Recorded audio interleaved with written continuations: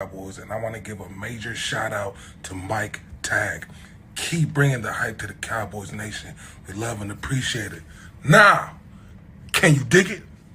Let's get it. What's up, Cowboys Nation?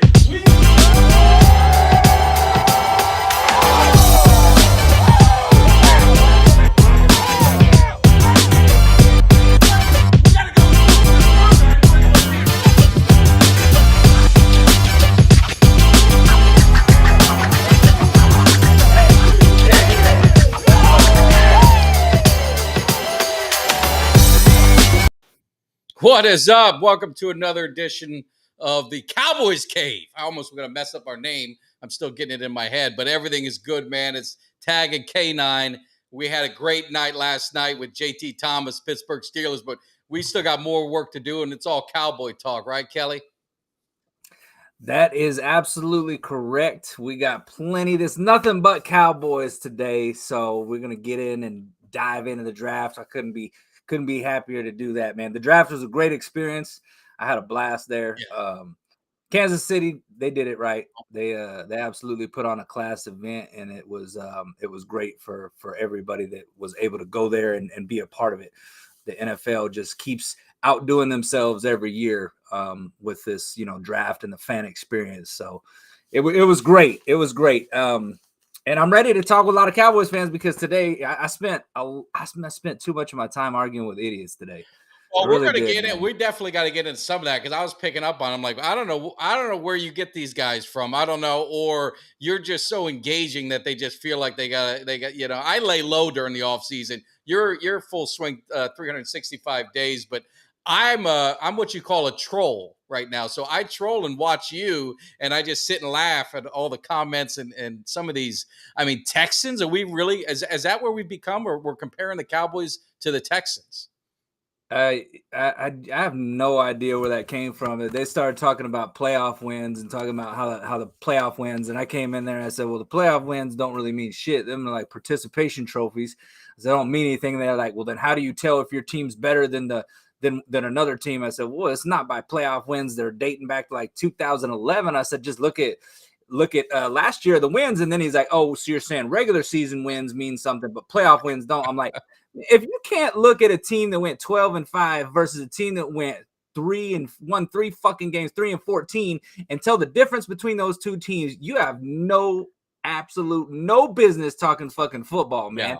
No. Sure, I mean, no, I'm not going to sit there and pump my chest and be like, yeah, 12 wins, man, we accomplished something, because that doesn't in the end all mean nothing, but it is an indicator of where your franchise may be headed. 12 wins versus 3 wins. Yeah. That's not very fucking hard to understand where that was going. No. So this dude kept twisting it up, trying to make it seem like we ain't accomplished anything since the Texans have been around. I'm like, well, you know what?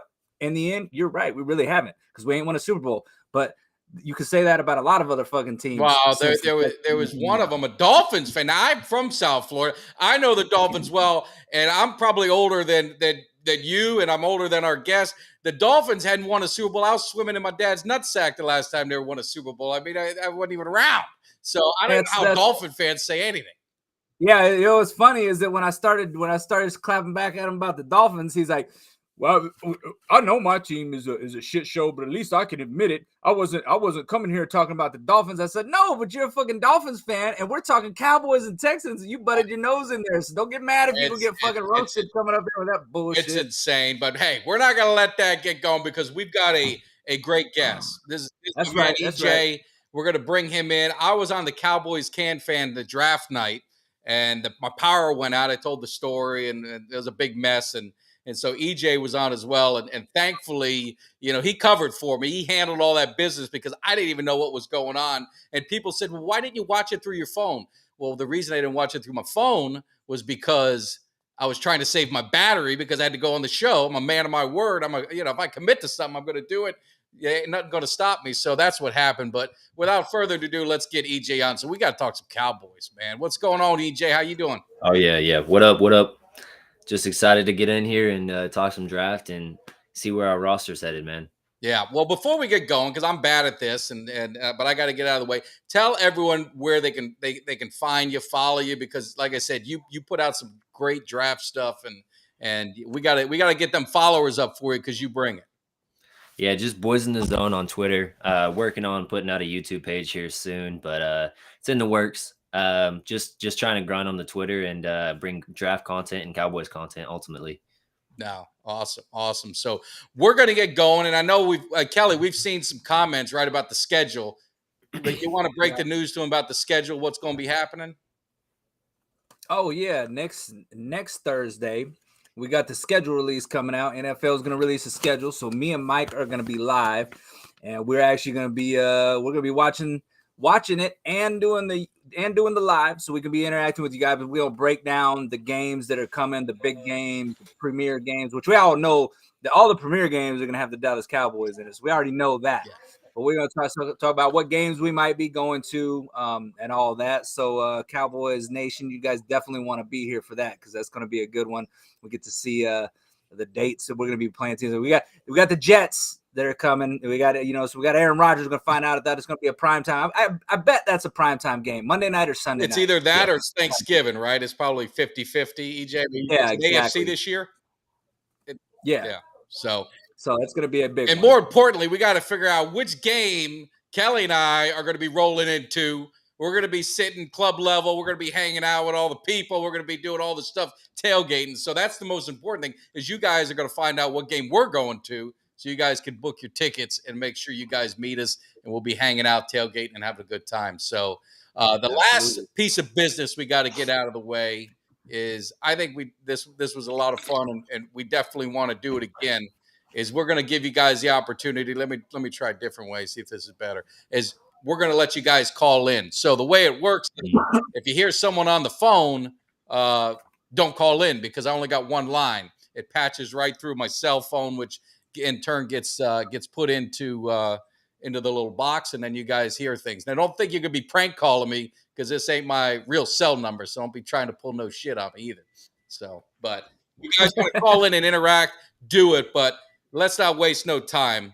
Should we start with the draft, guys? Is that fitting? Yeah. Dive in. Let's go ahead. So, EJ, get your, you're the guest, so get your opinion. What did you like? What didn't you like? Anything surprised you? Well, there's a lot that I do like as far as them trying to address our run defense. I think that's something that was a problem in the past, and I think that they're finally coming to the mindset of, hey, we do need a big nasty up here. And they addressed that in Mozzie Smith. He was my 45th ranked player on my big board. Mm-hmm. But with that pick, I also didn't like some things because you passed on a Joey Porter Jr., you passed on a Nolan Smith, guys like that, which I had ranked number 9, and Nolan Smith was 14th, I think, on my big board, just off the top of my head. So some premier players right there. Now, that's not to say that I don't like the Mozzie pick. Because I did think that it addressed a need, but then you follow that up with the Luke Schoonmaker pick, and I'm not a big fan of that one. I just thought that you could have addressed that in free agency if you wanted to bring in a blocking tight end, and then you could have used a resource on a running back or something like that if you wanted to draft that position, because you think behind TP, behind Malik Davis, we let go of Zeke. Who do we have long-term in a running back room that makes you feel good? Deuce Vaughn is a great pick up in the sixth round, but is he a 3-down back? You know what I mean? So I think that they kind of overanalyzed that decision when you had Jake Ferguson, you had Peyton Hendershot, Sean McEwen, for example. I mean, all of those guys are going to be on the team in the future. Mm-hmm. And you bring that up with the Luke pick, and he's a 25-year-old or gonna be 25-year-old tight end. It just didn't love it, and just a couple other things that I didn't like as well, but we'll get into them. Well, yeah, let's break down. And Kelly, if you want to start, so we'll talk with the Mozzie pick. What was your? You were there. You were live. Yeah. What was it? Yep. Well, I mean, I was a little bit more excited than a lot of the Cowboys fans who were in Kansas City, but yeah. I feel like that, when you go, I feel like when you're at the draft, though, that a lot of the people, not throwing any shade at anybody, but there is a lot of more casual fans that definitely don't know these players. They haven't watched a lot, haven't really, and I'm not sitting here saying that I study and break down game tape, but I knew I saw the guy play. I knew who he was. I had heard his name get kind of thrown around as a possibility at 26. So, I mean, I looked at the guy. I mean, He's a big guy. He's a freak athlete, man. I mean, the dude had the most bench reps at the combine, which, I mean, he's just got freakish talent. His broad jump, everything about him, he's just got freakish talent. And I think that Dan Quinn is the defensive coordinator that could get the most out of the guy. So in terms of having a guy that has the best chance of like coming in and succeeding right away, I mean, I wouldn't put my faith in anybody else but Dan Quinn, obviously, just because his track record speaks for itself. He's a great defensive coordinator, and I think he's just licking his chops, waiting to get his hands on Mozzie come training camp. So Yeah. I was excited about it, man. I mean, there were some guys. I agree. There were some guys on the board. I was, I agree. The Joey Porter pick. That was one that I was kind of rooting for him to be the pick, actually, when I saw that he was still on the board at that time. But in the end, I mean, it was a need. The Cowboys had problems stopping the run last year, and now you got a guy that can clog the lane. So that's going to free guys up on the edge. Guys like Lawrence, now Michael Parsons has been talking about him moving a little bit more and playing a lot more defensive end. I don't know how much more he could play. He was already pretty much defensive end all last year anyway, but that's neither here nor there. We got a guy to clog up the middle, and I like that. Yeah. So.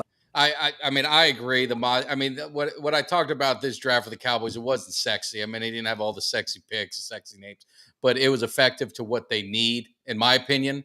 I think I'm sick of watching teams run on us. You go back to, and I'll go back to that Rams game in the playoffs where we got annihilated and embarrassed by a journeyman running back. And then, some of the other times you think of who we got to beat, right? If you're, I talked about, is this a 3-team race? You got Philly, you got San Francisco, 2 physical teams, 2 good offensive lines, 2 teams that commit to the run. I think with Mozzie, it might not be the sexy pick, but I think it's going to be the most effective pick for him.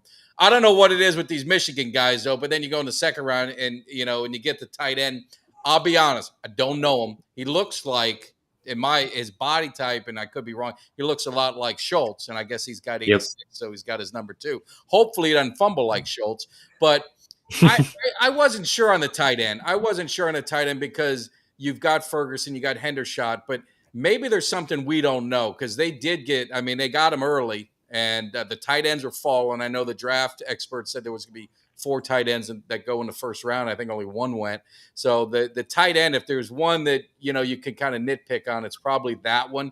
And I'll be honest with you, if they're not in the SEC or ACC, I don't know a whole lot about these guys. Like, I just learned that we've got a Miami guy in the roster.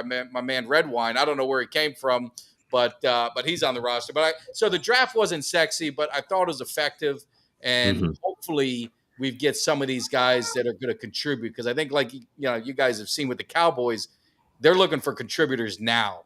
And I think you get that with Mozzie. I mean, your guys' opinion on the tight end. I love Deuce Vaughn. I think he's going to be one of those guys. I know Darren Sproles is a name that we all say, but he's one of those guys. But, EJ, to your point, running back is a concern. So I would ask you guys, what do we do there?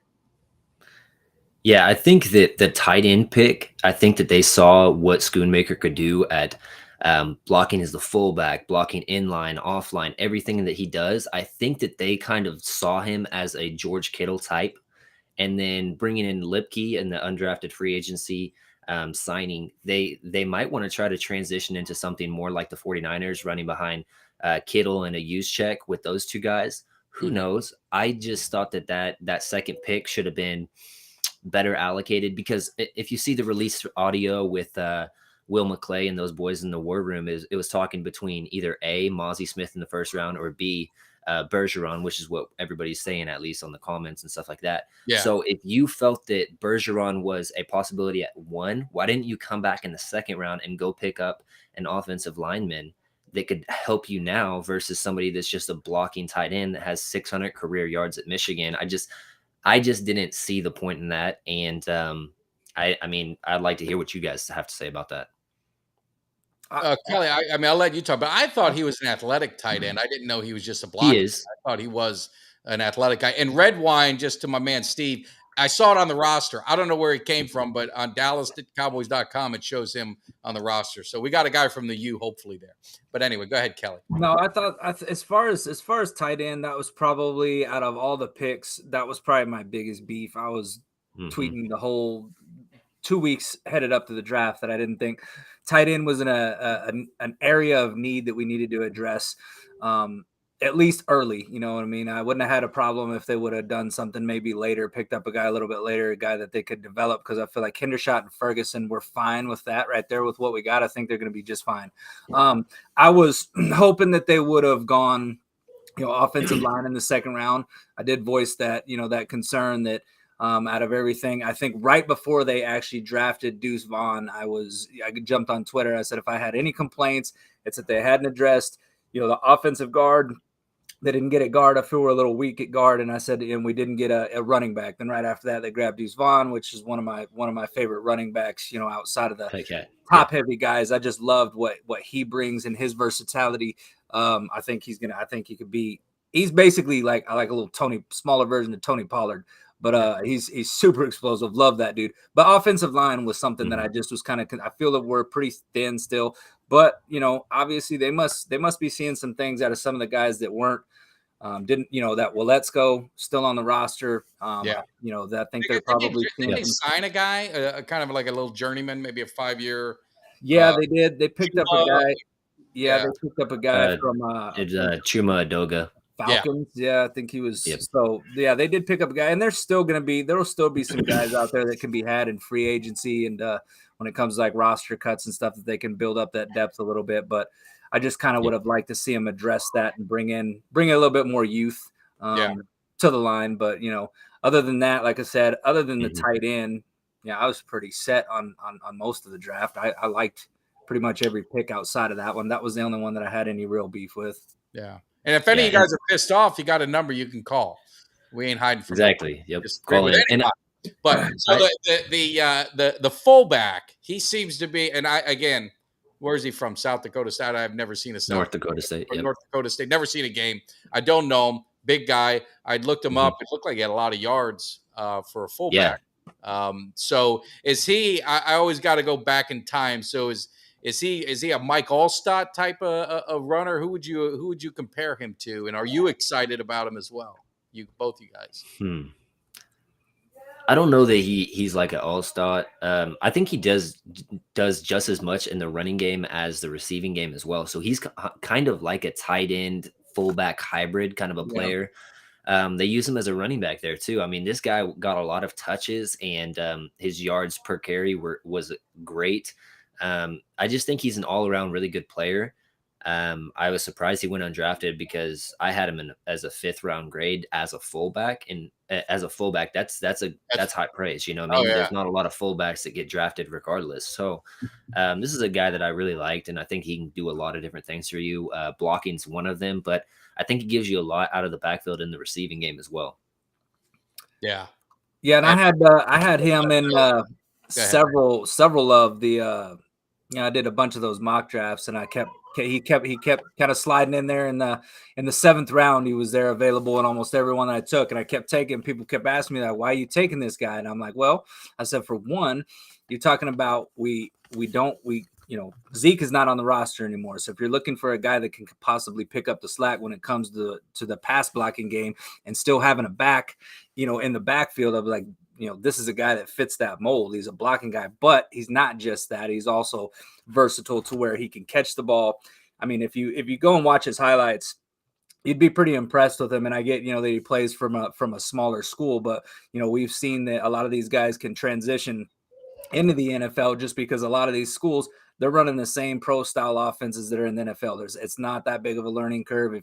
This kid is he's a talent, man. I mean, I'm excited about it. I think a lot of people are excited. Mike McCarthy's talked about, running the ball, getting in that, power run scheme type system. But, I agree that, we could be looking at Mike McCarthy. We had kind of talked about him, and with him and Schottenheimer, talking about them, and the kind of offense that they might type of run, and then it, may start to look a little similar. I had mentioned a couple of times, may start to look a little similar towards what San Francisco runs.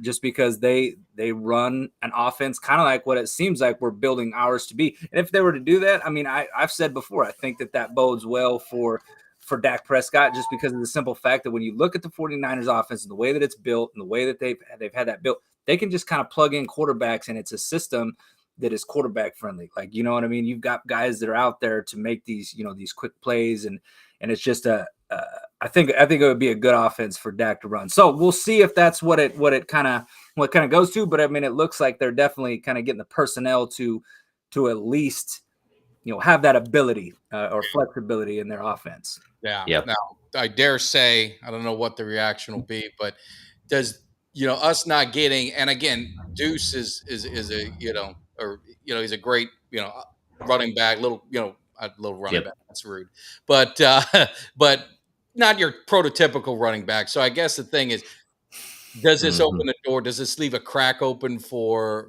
A Zeke a return. Zeke return? Because we really haven't answered any. There could be a role for him, short yardage, grind it out in the fourth quarter. I don't really see that unless you're in love with Jones. Unless someone loves Jones, I'm not a huge fan of his. But do you guys dare say that there's an opportunity for a Zeke return?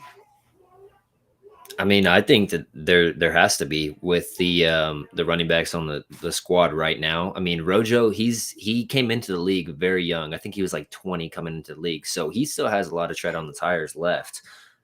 With that being said, though, is he necessarily that grinded out, 3rd and 1 back that you really want on the roster? I think Lipke could do some of that stuff. But I think that Jerry Jones, he loves his guys.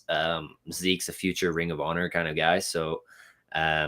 If the door's cracked enough, I could definitely see them bringing him back. Yeah, I mean, he's gonna have to get a new jersey if he comes back. Gilmore's 21, so that being He'll go said, 15. he did say he wanted his old 15 back. So I wouldn't rule anything out. But I kind of I know Zeke will always have he'll always love Dallas, and Dallas will always be his home. That'll be the team that he would retire with in case when he eventually does retire.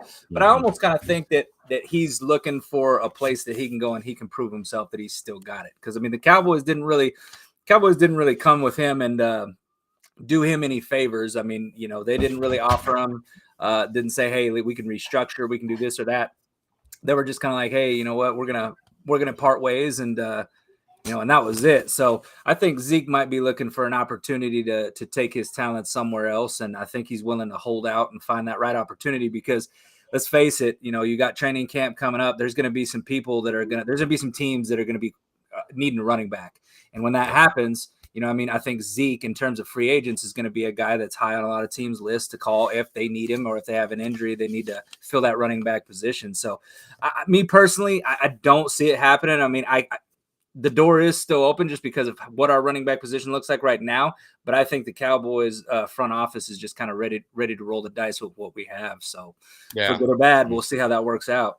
Well, we got our man Steve jumping in. He's got something to say. Steve, what's happening?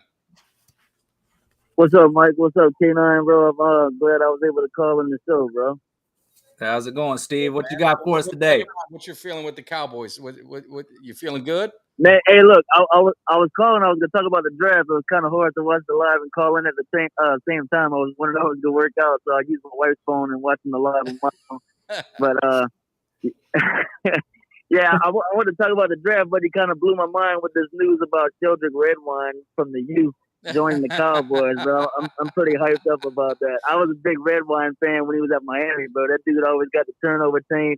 Oh, yeah. That's a sneaky sleeper pickup right there, bro. Yeah, I didn't even know. I was sitting there. I was just trying to do a little education before the show, and then I saw that. I was like, "Wait a minute, man!" And I checked the college, and it said Miami. So I was like, "Dude," because I'm the one who complains the most. The Cowboys, when they won their Super Bowls, they had a lot of Miami Hurricanes on this team, and Michael Irvin always said you can never have enough Hurricanes on your team. So I was glad to see him Right.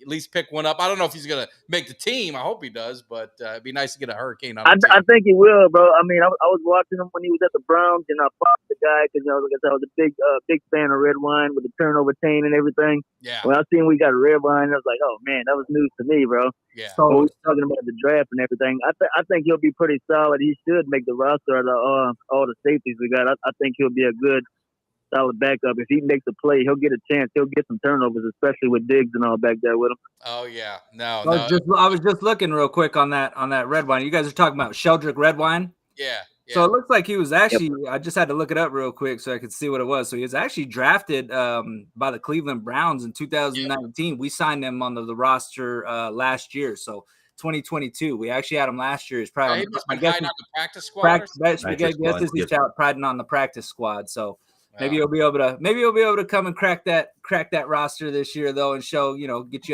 you some Hurricane love out there. We need some Hurricane. Are you going down to any games this year?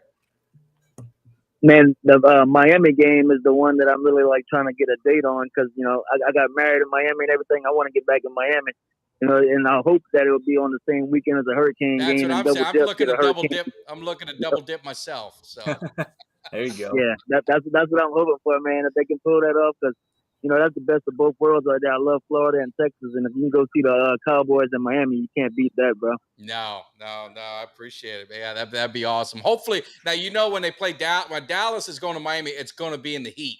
They're gonna. I guarantee you, this game's going to be in September or it's going to be very early October. I promise you that.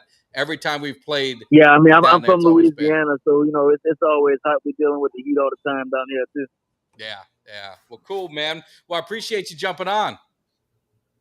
Yeah, I'm gonna be listening to the show. I wanted to make this point. As far as the draft, I absolutely hated that tight end pick. It was just terrible. I do love the linebacker from Texas, though. I thought that was like one of my favorite picks of the whole draft. Yeah. What'd you think of Mozzie? Run defense? Yeah, I did. Because originally, I had told K9 on Twitter I wanted. I believe the guy's name is Tansey from Pitt or whatever. Yeah. Yep. The deep tackle from Pitt. That was my original pick. So I wanted a defensive tackle. I was just wrong on the actual player. Yeah. But they had some soft picks, but that was a lot of them that was like, oh my god, dude, really a tight end? I just didn't get the whole tight end thing, man. All right. Well, I'm going to only tell you is trust the process. Give it a chance, and then we'll see what happens. That's right. All right, we'll finish watching the show. All right, man. Take care. I appreciate it. All right. See you. Yeah, when the Cowboys draft players, that's what I tend to say, man. If you look back at the past like 2 years, the last two drafts, those drafts are littered with guys that are on the team that are actually, not just guys that are hanging around on the practice. Like these are guys that are actually on the team. Yeah. Make a play. I mean, whether it's a Deron Bland, whether it's OC Digizua, I mean, you've got guys all over that roster from the last couple of drafts, and actually really the last 3 drafts if you want to go back that far. But I mean, the Cowboys seem to know what they're doing. They seem to be able to get guys that can get on the roster, stick on the roster, and stay. And you can't say that for a lot of teams in the NFL because a lot of teams drafting players. I mean, you go back and you look at some of these players, some of these other teams and the guys that they've drafted, you'd be lucky to find one guy that's still on the roster from 2 or 3 years ago. I mean, they're dropping like flies because not every front office drafts like the Dallas Cowboys. We've got very lucky in the process that they've got with Will McClay. That brain trust is doing very, very good these past couple of years. Yeah. And I just want to give Ultra a little love because he's very passionate about this tight end, and he says, "You guys, no one knows what the hell they're talking about." So when he's good, I want to make sure we marked the tape, Kelly, that our man Ultra, he said it from the start. This was a great pick. So we'll see. Right. Ultra was high on Kincaid too, so it probably broke his heart that the Bills jumped up ahead of the Cowboys and grabbed him. Now, do you think is that where Dallas was looking? I mean, would they have grabbed him if he felt him? And I think so. I mean, just looking at the second round pick, they definitely had tight end. That wasn't a smoke screen. That was definitely real. Now the Laporta stuff, truthfully, I think that Laporta in the first round was never a legit thing unless they got completely wiped. However, I think that they were definitely looking at Kincaid, and I think that he was that difference maker that they thought that they could fix his blocking a little bit in line as far as that goes. But I mean, he was still a steady blocker there at Utah, and he was just a guy that came in with a chip on his shoulder, didn't even get recruited, came in there and just made plays. I mean, he has such a great catch radius. I personally cannot wait to see him with the Bills and just he's probably going to play a lot more than Dawson Knox just because of what he can do as a pass catcher. Well, we're going to see him because we play the Bills, so Yep. we'll find out head to head which one's better. But I'll be honest with you, I'm surprised that you say tight end in the first round. And the only thing at which I'll come back to is maybe Ferguson and Hendershot just aren't, the eyes of us. We love new toys, and we saw them come in, and we had Schultz who fumbled all the time, drove me nuts. And these guys came and made plays. Maybe they're just not to that level that this staff thinks they need at a tight end, because Dak, I mean, he loves his tight ends. I mean, that's his security blanket. So so maybe there's something that we don't know. Yeah, going back to the Schoonmaker pick, he's going from a heavy run offense in Michigan, and then he's coming over to the Cowboys that love to utilize their tight ends. Dak loves the tight end, so he will get plays. I mean, he will be a good pick as far as production wise. I'm not doubting upon that. I just wanted to see a pick that would have been, without a shadow of a doubt, better than the guys we currently have on the roster. So that's my main thing. So, and I thought those 5 guys were Musgrave, Laporta, Kincaid, Washington, and Mayer. And Washington was still around there in the 3rd round, and I know he had those knees that got marked. By Sorry, forgot to. No, you're good. But I would have took him. I mean, I just like his upside, and he was behind another great tight end there at Georgia with Brock Bowers. So we'll see. Yeah. Well, I mean, when it came to tight ends, man, I'm just glad they didn't go in the first. I was banging the table like, no, I don't want a tight end in the first round. I probably would have had a really bad night if they would have done that. I just didn't want to see that, man. But I mean, obviously, if that's the way they would have went, would have been a damn thing I could do about it. But I felt like,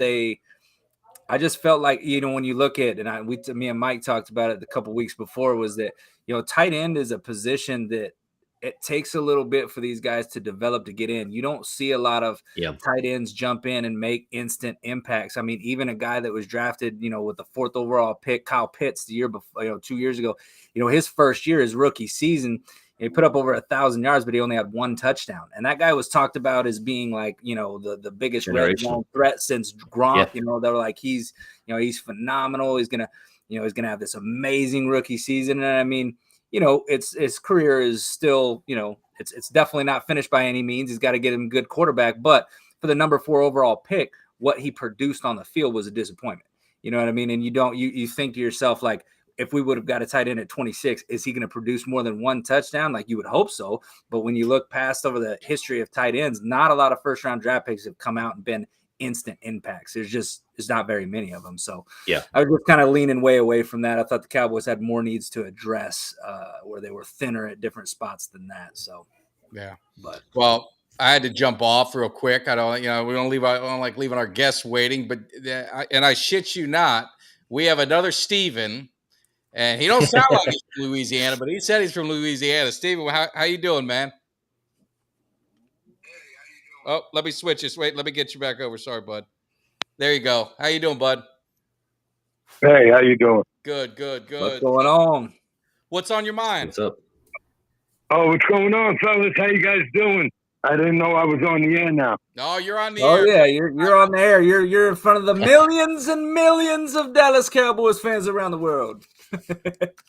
Yeah, hell yeah, man. Thanks for having me, bro. I watch you guys all the time. I watch Mike Tag and Jimmy D all the time. I know you guys see me in the comments. I'm the Steven with the long last name. Oh, okay. No. All right. Supporting the channel. Yes, sir. Yeah, absolutely. But my biggest thing this off season is Stephon Gilmore, man. I think that was a huge pickup. I think absolutely. I think we get the magnitude of it, but I don't think that the world does right now, because with Trayvon on with him opposite of Trayvon, and now forget it. I think this defense is going to be the second coming of the doomsday that we've been looking for. No, I'll jump in real quick. I think you're 100% right with the defense. I think we're seeing this shifting to a defensive mentality, defensive strength. Dominant type team versus the offense that we had before, where it was all offense and not much defense. I think they're going to dominate. Guys, Kelly, EJ, what's your thoughts? Yeah, And man, I'm I love super defense. proud of Jerry Jones right now because normally Jerry don't really mess around in free agency, and we're always mad at him that he's not messing around in free agency and he's not stirring the pot. He's not picking up, positions that we need normally. And this year, I think he's really pushing that envelope. Yeah, we got wheeling and dealing Jerry back. Yeah. We Which- might even get Jerry Hell to, Jerry's a friend of the show. You want to talk to him, Steven? Hell yeah, I do. All right, well, let's see if we can find Jerry. Jerry, my man Steven, he's giving you high praise. What do you think about that? Well, I think that the work that we did this year in the draft, having done our due diligence, we just look at these players on the board and where they're at. And at the end of the day, when we look at these draft grades, we say, who gives a shit? Because this Dallas Cowboys organization, we draft better than any damn team in the NFL. And I'll tell you what, they're not going to know what the hell. Talk that shit, baby. Hell yeah. Hell yeah. There That's you awesome. go. We got I'm the proud owner of- for you. Yeah, hell yeah. Thank you, man. Thank you. I feel honored now. All right, Yes, man. sir. I appreciate you, checking us out and always being part of the show. Oh, man. no, yeah. I watch all season. As soon as I seen one of your shorts last season, I think it was, and I was like, look at this guy. This guy's awesome. And then I started watching the videos with the man cave. Yeah. And I got to tell you, you inspired me to start my own. Like, I'm still living at home, unfortunately, but I'm going to turn my bedroom into one. I already got some pictures and stuff. I got the no helmet catch with Jay Witten up, signed. I'm trying to work some things out. I got my trip to AT&T last season. I went to the Thanksgiving game. I'm planning on going back this season. Because I'm from New York and I'm living in Louisiana, so I'm so close. It would be like uncivilized for me not to go. Oh, no, absolutely. Do me a favor. You're on Twitter, aren't you? Oh, no, I'm not on any other social media platforms. I quit all that. You're not on anything. Man, I got to I don't like any of the drama and all that it brings and all that stuff. So I stopped that about 2 years ago. I got your number. I'm going to text you. What I want you to do is text me your address, and I'm going to send you something for to help you out with your Cowboys cake. There we go. All right. Oh, no way, man. Yeah. For real. That's awesome. Mike, thank you, brother. Yeah. That means the world to me. Thank you, man. No, man, I'll hook you up, man. I appreciate you, being supporting the channel and being a big Cowboys fan. And absolutely, you got to get back. Oh, God, my whole life. Oh, real quick. Kelly, I had asked in the beginning of the show, did you do your tattoo yet? Weren't you going to do a tattoo with the Super Bowls? I ain't done the Super Bowl ones yet. No, I decided I'm holding off on that. But I got my triplets on here. I got the triplets on the back. There you go. Yeah. Yep. Show it on the camera. I'll back the video up when I get off the phone and I'll check it out. I got you. I put it up there for you, man. I put it up there for you. I'm gonna wait till they get that sixth Super Bowl to get the Lombardis on me, though. Yeah. Yeah, I feel that. Oh, yeah. I feel that. All right, man. Yep, I'll text you after thanks the again, show. fellas, and take care. All right, man. All right, see you. Yeah, when he first came on, man, I thought for a minute we was talking to Paulie from Goodfellas. I was like, this guy's not from Louisiana. Forget about it. That's what I said. I told him, I was talking to him before. I said, you got to be bullshitting me. There ain't no way in hell you're here for Louisiana. A New Yorker in Louisiana, man. That's all right though, man. He's repping the Cowboys no matter where he goes. I've seen him on our chat, man. I love that. And if I can hook him up and add a little something to his cave, then that's a cool thing. So anyway, I got sidetrackers on hold. So where did someone jump me back into the group? Where are we at?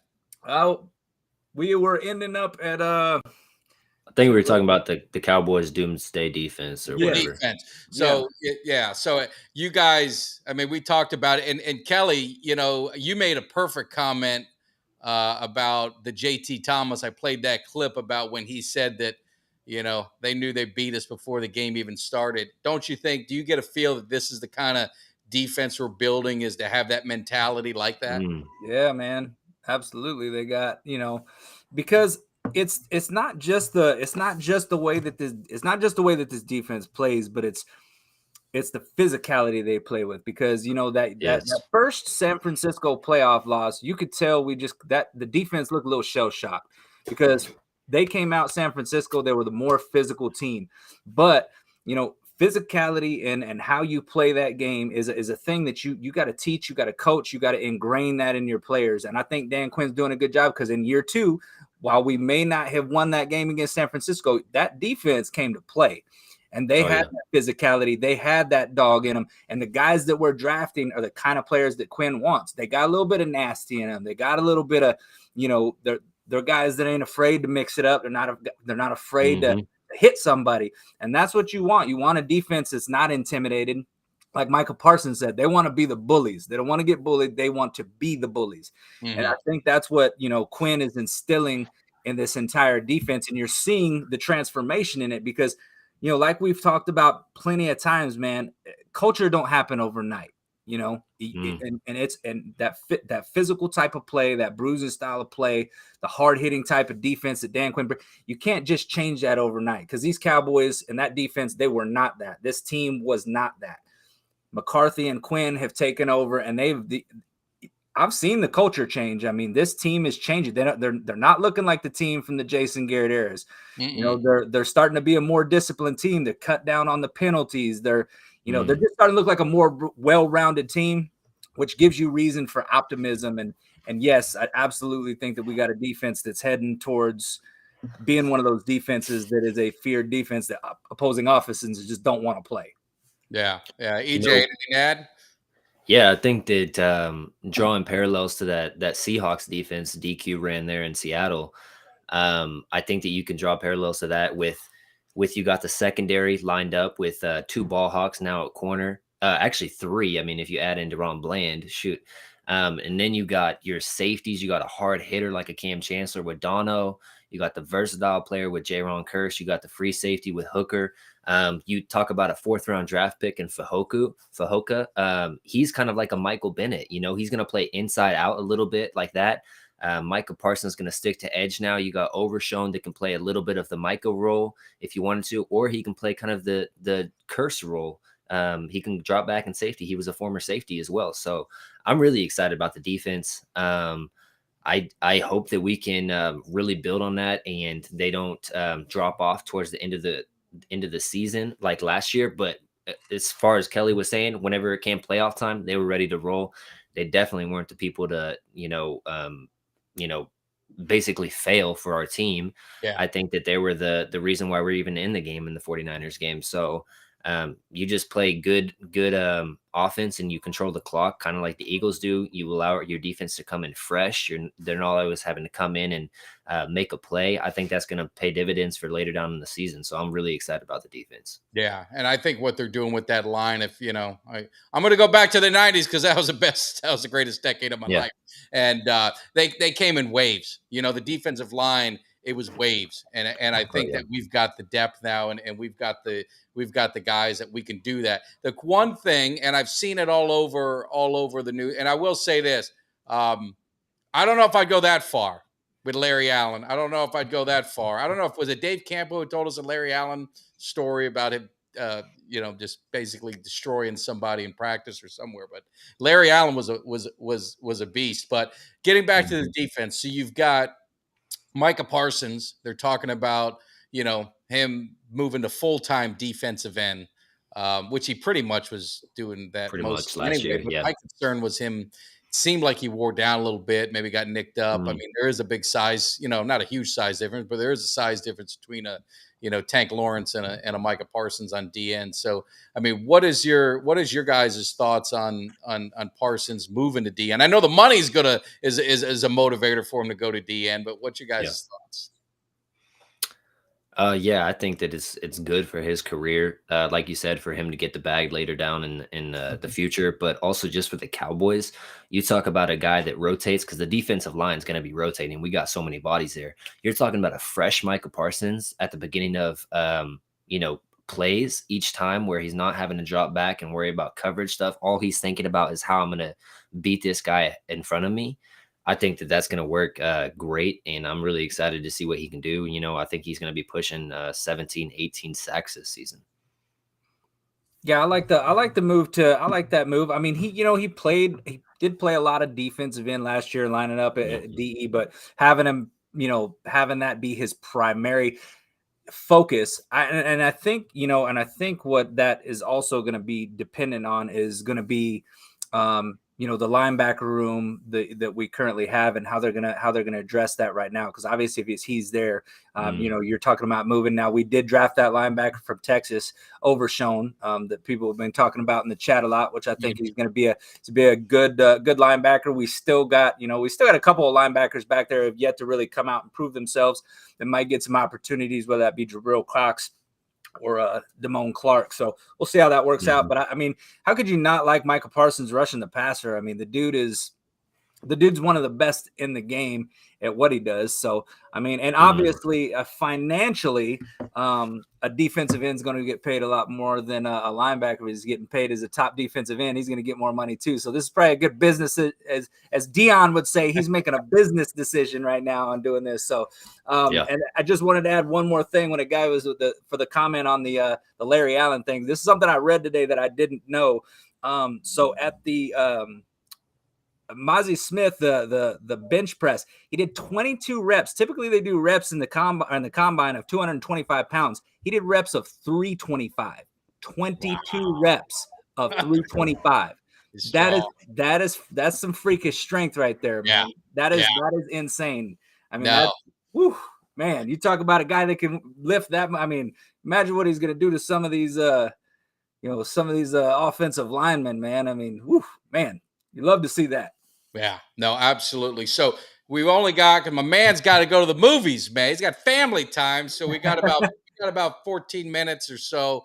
So I want to maybe just jump into this. So the NFC, now the dust is settled. But I always say that what I love about the draft is the draft when the draft ends, the seasons, you got your roster. I mean, there may be some late pickups, but the cream of the crop's been taken in free agency. The draft is done. So now the teams are pretty much set. What's your outlook? Well, really on the NFC, because you got to get out of the NFC first, right? So what's your outlook? I think obviously a 3-team race. Do you guys agree? Is there a team that maybe we're not giving enough respect to that could sneak up and surprise a lot of people? What's your thoughts on the NFC right now? Yeah, I think the 3-team race, Niners, Eagles, Cowboys, sneaky team would be the Lions. Sorry, this is my daughter. Right. The Lions, I think what they did in the draft, I mean, unconventional and going a linebacker and a running back with positional value there, but they got good players. They're addressing stuff, and they're a hard-nosed team. They like to just beat people, and they got a great coach there in Dan Campbell. I really like him, former Cowboys player, tight end. I think they're a sneaky team to look out for. Yeah, I think that's. I do like the teams. My favorites, I guess. Obviously, I think the Detroit Lions, and then I'll say another team though in the NFC East is the New York Giants, because I mean I think that they got better this year too, and I think when you look at now, obviously there's a year of tape on film with what their head coach liked to do. With what Daboll did. So we'll see if he can continue and carry that. But I do think that the Giants are going to be good again this year. And I think they're, that they've improved. They've given, Danny Pesos some playmakers. So we'll see. I'm still not sold on him. I still don't think he's a good quarterback, and I think he's a reason that's going to hold them back. I'm glad that they put the money into him and invested what they did in him, because I think in the long run, it's going to bite them in the ass. But I still think that they're a team that is that they are sound enough defensively and with coaching that they can be a team that can, maybe make a little bit of noise. I don't know about a deep playoff run, but a team that'll, I think, be good. I think you're going to have 3 teams from the NFC East that'll be. I think I wouldn't be surprised if all 3 of those teams that made the playoffs last year, Giants and Eagles and Cowboys, all make the playoffs again this year. So. And then the Niners, and it'll be interesting to see what the Niners do at that quarterback position, though.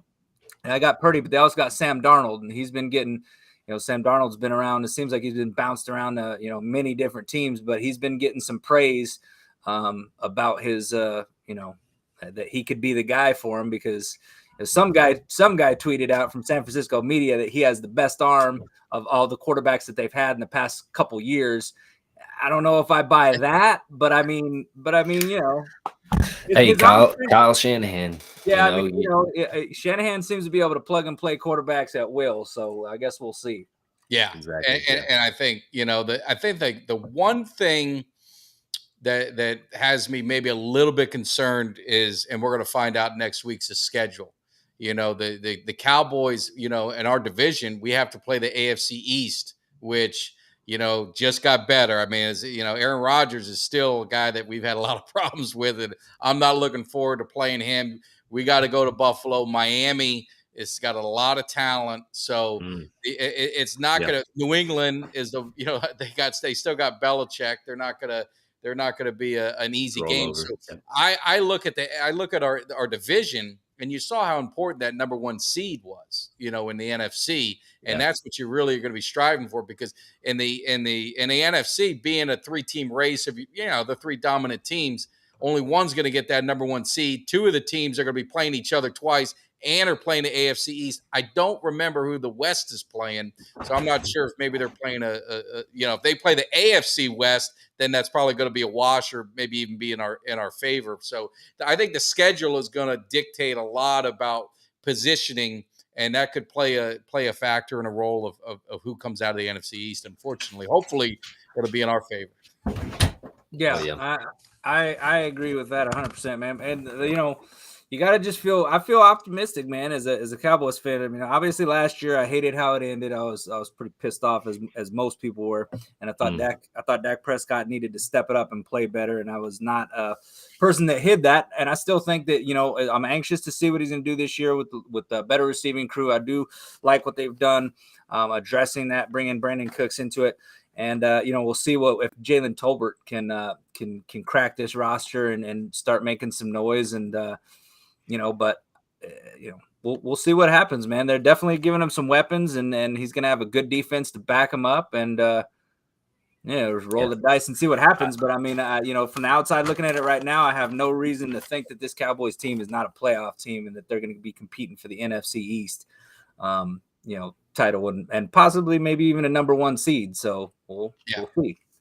Yeah, hopefully. And I think that the front office for sure thinks that Jalen Tolbert is going to be useful this year. I think that that's indicative of their draft. They didn't draft any wide receivers until the 7th round. So I think that he's going to be a part of that foursome, tandem, whatever you want to call it. I don't even know.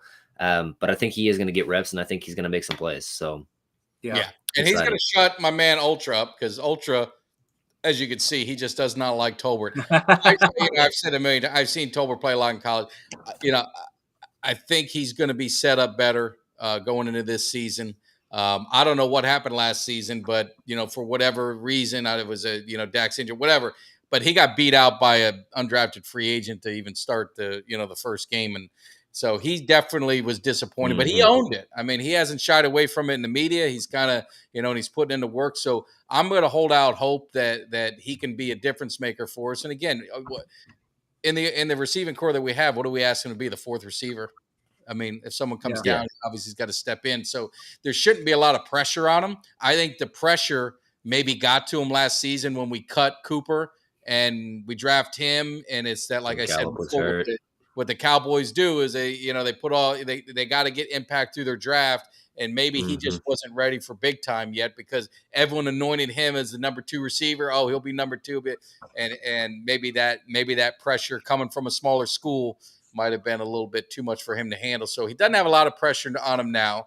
I saw a question in the chat. Would they sign a veteran a receiver? I just don't see them doing that. I don't know your guys' thoughts if they bring it to a back or a veteran.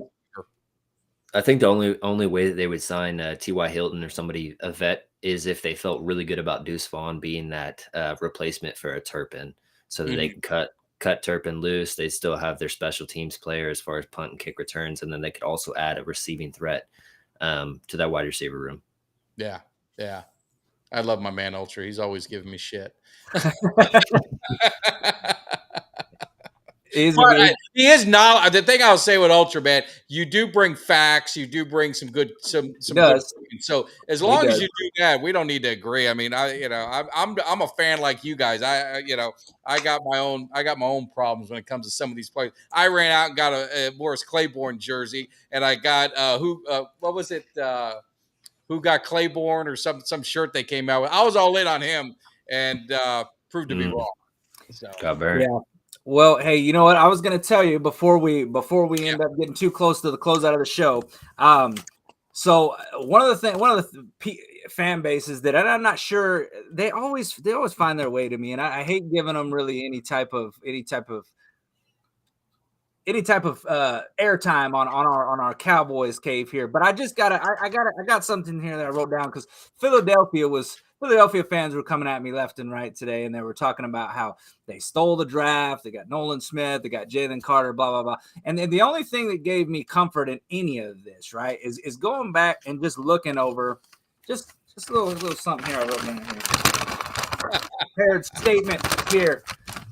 Here's the draft over the last 1, 2, 3, 4, 5, 6, 7, 8 years. We're just gonna go back 8 years, and I could go back further because trust me, it goes back further. Their last 8 draft picks before this year, okay? Last year, this is their first round draft picks. They had Jordan Davis, all right? Dude barely saw the field last year. Devontae Smith, they drafted him 10th overall. He is their number 2 receiver. You don't draft a receiver 10 overall to be your number 2 guy. He wasn't good enough. They had to trade for A.J. Brown, bring A.J. Brown in because Devontae Smith wasn't holding up to their standards. Only reason he's still on the team is he's on that rookie deal. I'm not saying he's a bum, but he's not worth the 10th overall first-round pick. Jalen Reagor off the team. Andre Dillard off the team. Derek Barnett, they signed him to a deal, but he got injured. He's yet to have a double-digit sack season, so I wouldn't really consider him anybody that's making any waves there. Carson Wentz off the team. Nelson Aguilar off the team. Marcus Smith, not even in the league anymore. Now you look at the Dallas Cowboys. Tyler Smith last year had an outstanding season. Probably going to make the Pro Bowl this year, in my opinion. He's a future left tackle for many years to come. Could even move him inside the left guard and probably be all right just there. We got Micah Parsons, generational talent. That guy ain't nobody like him. We ain't seen nobody like him in a very long time. CeeDee Lamb. He showed that he could be the number 1 last year, that he could carry the load. I love me some CeeDee Lamb. We got Leighton Vander Esch. He's on his second deal. Taco Charlton, that's our biggest bust. That's the one, and I was there for that draft. Taco Charlton, don't like that. But Ezekiel Elliott, okay? Ezekiel Elliott, he may be off the team right now, but listen, he left the Cowboys as a 3rd leading rusher, and he did exactly what they brought him in to do. He was a powerhouse running back. After he got his contract, I get what happened. The numbers declined, but he leaves the team as our 3rd all-time leading rusher. Byron Jones off the team, but Byron Jones was a guy that we made a business decision. He was going to get a big contract. We let him go to Miami. Didn't pay him that big contract. Worked out well for us. And then Zach Martin, who's going to go down as a Hall of Fame offensive lineman. So, I mean, you look at those two, and just compare them side by side. It's not even fucking close. No. The Cowboys draft way better than Philadelphia. So if I'm looking at what we've done, and that's just the first round, if we can go through the second, the third, fourth, we just blow them out of the water when it comes to drafting talent. So Cowboys fans, when you look and you hear Philly and they're pumping themselves up, and all over the media you hear about Howie Roseman, and I mean, they just got the Howie Roseman is just in there in these guys' mouth. When you hear all that shit, just rest at ease, Cowboys fans, knowing that the Philadelphia Eagles, they draft like shit. They can't come up with great idea, but they draft like shit, Cowboys fans. So when you lay your head down at night, sleep well, and know that the NFC East this year is running through Dallas. That's what I want. That's what gets me hype. I'm ready to bust through this door now. You got me all pumped up. We're going to get this thing going. I can't wait till this schedule comes out. That's right, anyway. Oh, yeah. And I will say that the Eagles, I mean, Nolan Smith is a great player, but is he starting right now? I mean, you didn't even draft a starting player with that second pick when you could have had a player like Joey Porter that could have been your slot corner right away. So yes, Nolan Smith's a great player, and they had a really good draft as far as depth goes, but they have a philosophy of drafting for future and guys rotating in and out. And when they're in win now mode, like right now, I kind of figured they would have a better draft, truthfully. So I gave them a B as far as their draft grade. Yeah. And I mean, and let's just face it. I don't want to try to shit on a young man who's going through some legal things, but I mean, their first guy that they drafted, Jalen Carter, the guy could be behind fucking bars next year for all Yeah, we you know. don't I know. mean, he's facing some some heavy charges. I mean, it's not like he just jaywalked. The man was in an accident driving reckless and took took somebody's life. You know what I'm saying? Yeah. So. Well, I'm going to pump the brakes on any of their picks. But when the Eagles fans are all over Twitter and they're beating their chest like they won the offseason, I always said, you don't win an offseason. You don't win the Super Bowl in the offseason. You can lose it, Yep. but you're going to win it. And it feels like the Eagles always feel like they won the Super Bowl in the offseason. But, I mean, it hasn't panned out very well. The Eagles are always, they have little brother syndrome or whatever you want to call it. They're always comparing the Cowboys. They want our respect, and I guess it bothers them that they don't get it. And that's why, when you look at rivalries historically, I mean, I'd name the Steelers, even though they don't play every year in the same division. Just a feeling that you get when we play each other. It's a big rivalry. And the Redskins, then Redskins through the years, now Commanders, maybe not so much. But the Eagles have always been looking for our validation and all of this. And they got their one Super Bowl. And they like to say that we hadn't got ours in 30 years, but it took them 52 years to get theirs, and they hadn't got one since. So it's always selective history. It's always selective history. It's funny that you say that about the validation thing, because I can't tell you, I had at least two, maybe even three Philadelphia fans that had kind of talked smack to me throughout the season last year. And then when they're playing in the Super Bowl, they're just steadily coming. I said, what do you want? And they're like, we want you to give us credit. We want you to give it. I said, what the fuck do you need my credit for? I'm a Dallas Cowboys fan. I don't give a shit about you guys. Fuck, I'm not gonna go. If we're playing in the Super Bowl, I'm not gonna go to some fucking Philly fans fucking Twitter page and ask him to validate me and give me credit. I don't give a shit. Our resume is going to speak for itself. If we're in the Super Bowl, obviously we were the better team than you guys. So I mean, I could acknowledge that Philly had a good season last year. I acknowledge it, but when their fans are coming to me asking me to give them credit, give them their flowers, validate them, there's a big insecurity over there. There's a big insecurity. They're looking up to Big Brother. And we always going to be Big Brother. But I sure as fuck ain't going to be. You looking for validation, go find the parking attendant, because you ain't getting that shit from me. It gets me going, man. It gets me going. I built it up all goddamn day. I had to release it. I love it. EJ, do you got anything you want to say about that? Hey, man, I see it. I try to stay out of the Eagles comments and all that stuff, man. It's just back and forth every single day. I'm just tired of seeing it. We'll let the players speak for it whenever it comes around to the season that rolls around. They'll probably get us once. We'll probably get them once.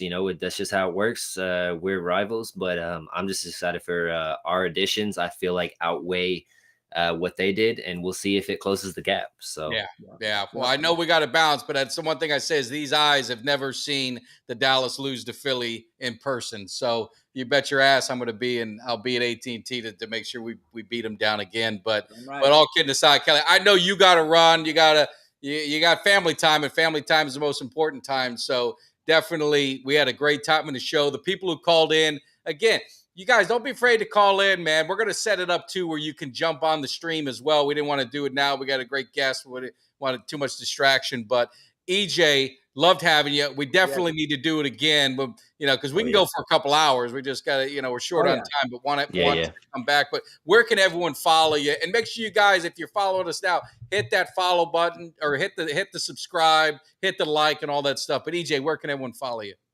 Yeah, just Boys in the Zone, EJ Savage on Twitter. Just search up one of those in your search bar. Probably come up. Give me a follow. I'm just starting out in the Twitter sphere. I was running it on my personal account, but I felt like it was kind of getting annoying, so I started up a Cowboys only account. And like I said, just be on the lookout on there for whenever I start my YouTube page and stuff like that. Just honored to be on here with you too. I've been following you guys for a while and appreciate your content and all your opinions. Yeah, no, but we appreciate it. And again, you guys give him a follow. He has great knowledge and great stuff and great insight on the Cowboys. You can never have enough of that in social media because we get drowned with all this bullshit from everyone else. So now I just want to make sure. I would just want to make sure that I am following you. What your Twitter handle was? Boys in. So the letter N, the zone. So yeah, I should be following you, Kelly. But yeah, if you want to also search up EJ Savage, it might come up there too. I found you. I got you back. So I went through this. I try to follow people back, but I can't follow everybody back. Sometimes that shit's just great. And then some people I'm like, I don't know, because I've had a few like troll contents and shit. But after I get a few interactions with people that I know, that I definitely went and just gave you a follow. The rest of the people in the chat, make sure you give them a follow too. Brought some great content, some great conversation in the Cowboys Cave, some great insight on the draft. So Sure. I'm ready to kick this season off and go and kick some ass, take some names, and put a 6th Lombardi trophy down in Dallas. Yeah, so we're gonna get out of here real quick. Just this thing on Eva. I talked to EJ off the air. Everyone always asks about my daughter. You know, she did a lot of hype videos with me. I was trying to steer her in the direction. But anyone who has kids, especially a daughter, when they kind of get to about 15, 16, they're worried more about their image, and dad doesn't look as cool anymore as when she was 12 and 13. He looks like an idiot sometimes to her friends. So back off a little bit, but like all kids, they will come back, and she will be back in this cave one day. She's going to see the light. But anyway, so you guys take care. In honor of Kelly, I'm going to leave you guys with the first one, which was the best one, and a little shout out to my Eagles. Eagles, get ready, because you might not like it, but you will learn to love it, because we are the best thing going today. Now, can you dig it?